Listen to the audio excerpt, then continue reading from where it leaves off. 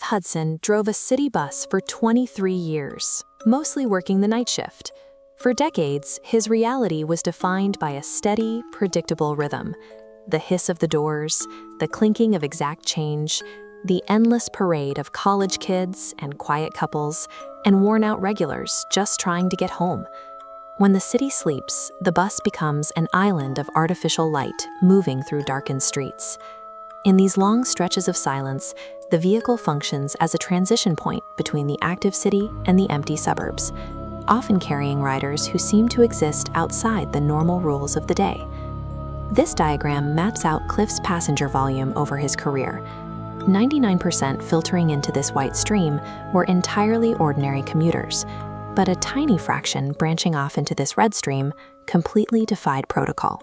Following that anomalous stream further, we classify these events into two distinct categories: physical entities hunting and immaterial ghosts trapped by local geography. Categorizing these riders changes the perspective of the work. It reframes 23 years of night shift driving as a series of documented interactions with these two specific recurring phenomena. The first group is defined by their physical mass. These flesh-bound predators step onto the bus, drop exact change into the fare box, and cast reflections in the driver's mirrors. They interact directly with the environment and the other passengers. One night, Cliff picked up a quiet man who walked straight to the back row. Within minutes, the man's breathing turned ragged, his body started jerking, and he began rapidly expanding. By the time he stood up to exit, his spine was hunched, his arms held a strange tension, and his head brushed the overhead handrails. He had physically outgrown his own skin. Another encounter involved a woman who deliberately took a seat in a shadowy, unlit section of the aisle. When an aggressive, loudmouth passenger forced his way into the seat beside her, she leaned in close. A few minutes later, the man was slumped against the window with a thin trail of blood running down his neck, completely unaware of what had happened to him. The woman smiled at Cliff and stepped off into the night. Then there was the man flagged down in the rain. His skin was pale and tight, his hands shaking as he paid his fare. Halfway down the aisle, his grip slipped, and his body gave out entirely.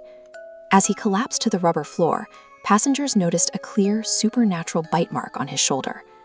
These three entities share physical evidence. They are biological, they consume or transform, and they use the city's transit infrastructure exactly as a human would.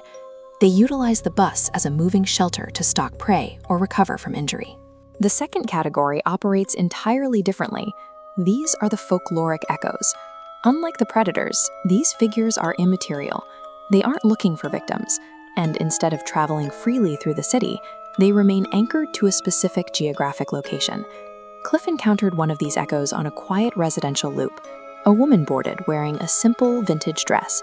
Her steps on the rubber floor were unnaturally soft, but her calm demeanor allowed her to blend in with the handful of other late-night commuters.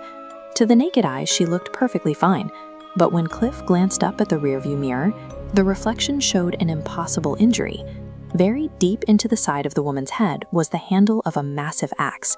She sat upright, completely unresponsive to the wound, which was visible exclusively through the glass.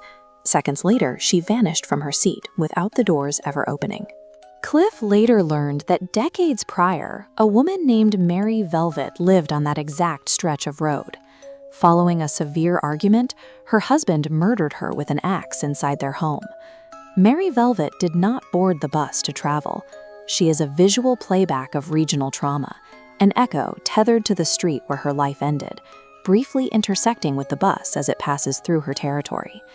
If this rolling corridor attracts biological predators and geographically locked echoes, it also occasionally hosts something far less hostile. Late in his career, Cliff was flagged down by a frantic man supporting his pregnant wife. She was in agonizing pain, breathing sharply, and actively going into premature labor. The hospital was 10 minutes away, and it was immediately clear they weren't going to make it. A voice called out from the back rows. An elderly man in an old coat and flat cap stepped forward, introducing himself as Dr. Graham.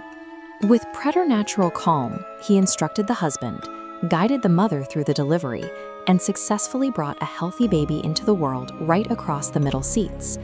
At the very next stop, Graham stood up, gave Cliff a subtle wink, and stepped off the bus.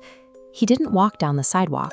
He stepped directly onto the empty street, and his silhouette dissolved into the thick mist, vanishing entirely. Cliff never saw the man again, but Graham's presence suggests a final category. The same night route that hosts predators and repeats old tragedies also seems to allow for these moments of unexplained intervention. In 23 years, Cliff saw that the